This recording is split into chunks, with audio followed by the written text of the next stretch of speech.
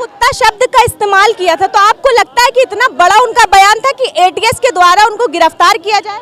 नहीं, बयान तो सबसे ज्यादा विवादित बयान तो भाजपा वाले देते हैं। अभी उनके टी राजा ने क्या क्या बोला था लोकसभा सदन में, जो इनके जो है सांसद ने क्या क्या बोला था, क्या उस पर कार्रवाई हो गई? आप ये देखिए कि 2024 का चुनाव सर पे है और इनके पास कोई रास्ता नहीं है, तो मुसलमान इनके लिए इस देश का सबसे बड़ा सर्वोपरि है, जिसकी में हम लोग कहते हैं बरकती। मुझे नहीं लगता है कि ऐसा धर्मगुरु जो मर्मज्ञ हो वो ऐसे बयान बोले। संविधान में सभी को अपने धर्म की व्याख्या करने का अधिकार है, अपने धर्म का प्रचार करने का अधिकार है।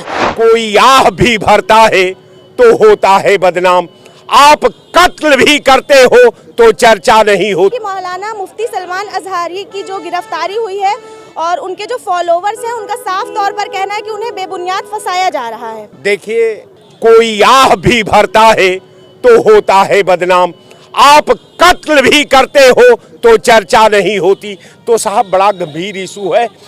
हम समझते हैं कि एजेंसी को, आज सरकार को इसको संज्ञान में लेकर के उस एजेंसी को कॉल करके उससे व्याकरण और शब्दों का व्याख्या करावे कि वो कौन ऐसा शब्द है जो सांप्रदायिक बू देता हो, जो समाज का तोड़ने का दिशा तय करता हो, जो समाज के लिए खतरा बन सकता हो।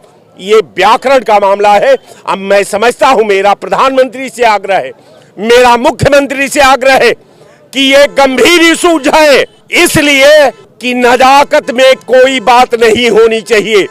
आज जो आप रचना रच रहे हैं, ये आजाद भारत के लिए, इस संविधान के लिए, इस आवाम के लिए घातक हो सकता है, घातक इस मोड़ पर हो सकता है।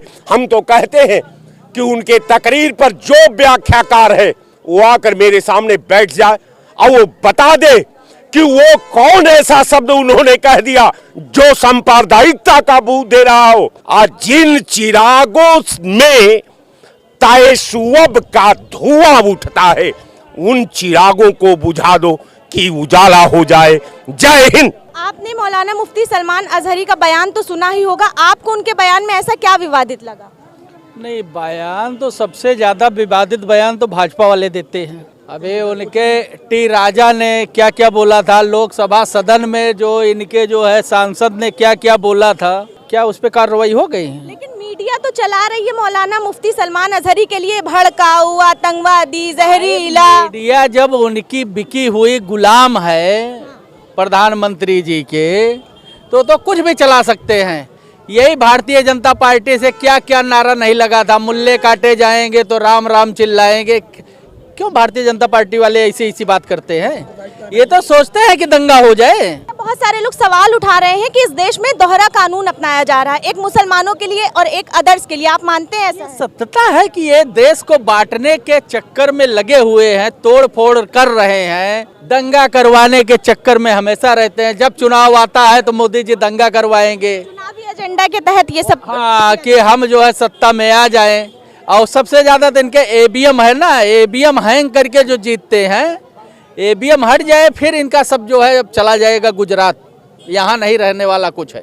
मौलाना मुफ्ती सलमान अजहरी जो हैं वो तो एक धर्म गुरु हैं, उनका किसी राजनीति से लेना देना भी नहीं है, तो फिर चुनाव से पहले उनके ऊपर ऐसे एफआईआर लिखना, 4 मुकदमे लिखना, इसको आप कैसे देखते हैं? कोई भी धर्म गुरु हो, उसको सियासत से कोई लेना देना नहीं होता है, मगर यहाँ के धर्म गुरु ही सबसे ज्यादा मोर्चा संभाले में है।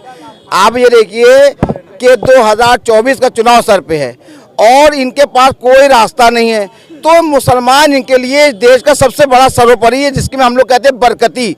जब कोई बात होती है, अगर बेरोजगारी की बात होने वाली होगी, एक मुद्दा मुसलमान के खिलाफ, मुसलमान ने ये किया, मुसलमान ने वो किया, मुसलमान। अरे भाई, आप मुसलमान को बीच में क्यों लाते हो? आपने अच्छे काम किए, जनता आपको चुन लेगी, जनता आपको वोट दे देगी।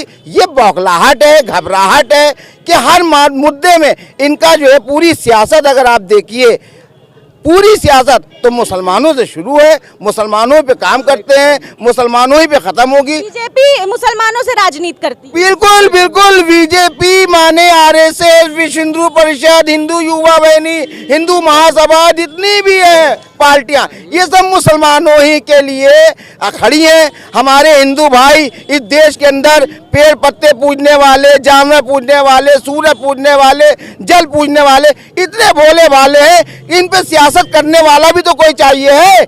इसलिए ये हिंदू भाइयों को बिल्कुल एक ऐसे नमूने का इस्तेमाल करके सियासत करना चाहते हैं। हिंदू भाई देश का बहुत अच्छा है, वो कुछ भी नहीं चाहता है, मगर कुछ लोग ऐसे हैं जिनको रोजगार नहीं है, जिनके पास रोजगार नहीं, वो इसीलिए छोड़े गए हैं कि प्रचार करो, शौचालय की बात करो, उजाला की बात करो, शिक्षा, स्वास्थ्य, सम्मान की बात मत करो, बेरोजगारी की बात मत करो। के बहुत सारे जो वो शेर अशार पढ़ते हैं मौलाना मुफ्ती सलमान अजहरी, लेकिन इससे पहले उनके जो शेर और अशार थे उसमें कोई विवादित नहीं लगा, लेकिन चुनाव से पहले, लोकसभा चुनाव से पहले ही उनके शेर में उनको विवादित क्यों नजर आ गया? वो ये जनता को मुद्दे से, असल मुद्दे से भटकाना चाहते हैं, इसलिए ये सांप्रदायिकता के बल पे ही चुनाव जीतते हैं। तो इसलिए इन्होंने ऐसा किया। बाकी सारी एजेंसी इनके पक्ष में है, जिसको चाहे उसको ये जेल में डलवा देते हैं। मुझे नहीं लगता है कि ऐसा धर्मगुरु जो मर्मज्ञ हो वो ऐसे बयान बोले, वो ऐसा नहीं है, लेकिन ये भटकाने के लिए। और ये अभी मैं आपको बता दूं, इलाहाबाद के प्रोफेसर आर.बी. लाल जी हैं, वो यीशु मसीह दरबार चलाते थे, 90 साल की उम्र हो रही है, उनको भी मर्डर केस में झूठे फंसाया जा रहा है। मतलब यहाँ पे पूरी तरह से संविधान को तार तार किया जा रहा है, इस संविधान को नहीं माना जा रहा है। संविधान में सभी को अपने धर्म की व्याख्या करने का अधिकार है, अपने धर्म का प्रचार करने का अधिकार है, लेकिन ऐसा यहाँ पर नहीं है। यहाँ पे तो हिंदू और मुसलमान करवाया जा रहा है, यहाँ पे नफरत की दीवार पैदा संवैधानिक तरीके से कोई भी चीजें नहीं हो रही है, बिल्कुल नहीं हो रहा है। जबकि इस वक्त में राहुल जी गांधी तो कहते हैं कि जात धर्म के मत वालो, जात धर्म के मत वालो, इंसानों में फूट न डालो। अरे हम तो गले मिलने आए हैं, अब हमको भी सीने से लगा लो। आज की जनता राहुल गांधी को सीने से लगाने को तैयार है। जनता राहुल गांधी की न्याय यात्रा में उमड़ी पड़ी है, हजारों हजारों की संख्या में है। देश की जनता राहुल गांधी से जुड़ रही है।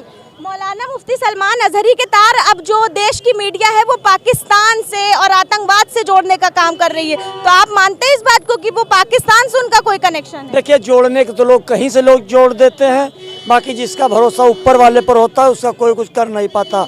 आप लोग बार बार संविधान की बात कर रहे हैं, बार बार बेरोजगारी की बात करते हैं। मुफ्ती जी की बात कर रहे हैं, मुफ्ती जी की बात कर रहे हैं। मुफ्ती जी पर जो आरोप लगा है वो पूरा हमें जानकारी नहीं। बाकी मैं इतना आपके चैनल के माध्यम से जरूर कह रहा हूँ, जब सरकार तानाशाही करती है। लेकिन मैं बता देती हूँ, उनका एक अशार था जिसमें उन्होंने कहा आज कुत्तों का वक्त है, कल हमारा दौर आएगा। तो आप इसको कितना विवादित मानते हैं? विवादित ये मानते हैं, जबान किसी को न खराब करना चाहिए।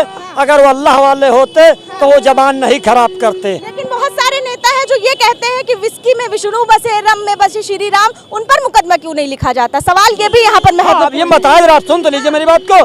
जब सरकार तानाशाही करती है तो विपक्ष न केवल कसता है। मानते हैं कि बीजेपी सरकार तानाशाही कर रही है? विपक्ष रोड पे उतरे नहीं रहा है। आप ये चैनल चला रही हैं तो आप अपने विवेक से चैनल चलाएंगे, जो हम बोलेंगे वही नहीं सब दिखाएंगे, जो आपको सही लगेगा वही। कहा जाता है कि मुल्ले काटे जाएंगे, राम राम चिल्लाएंगे, उन पर मुकदमा क्यों नहीं लिखा जाता है? मुफ्ती सलमान अजहरी के समर्थकों का ये सवाल है, ये सवाल उठकर आ रहा है। सवाल है, सही सवाल है। उन पर मुकदमा कब लिखा जाएगा?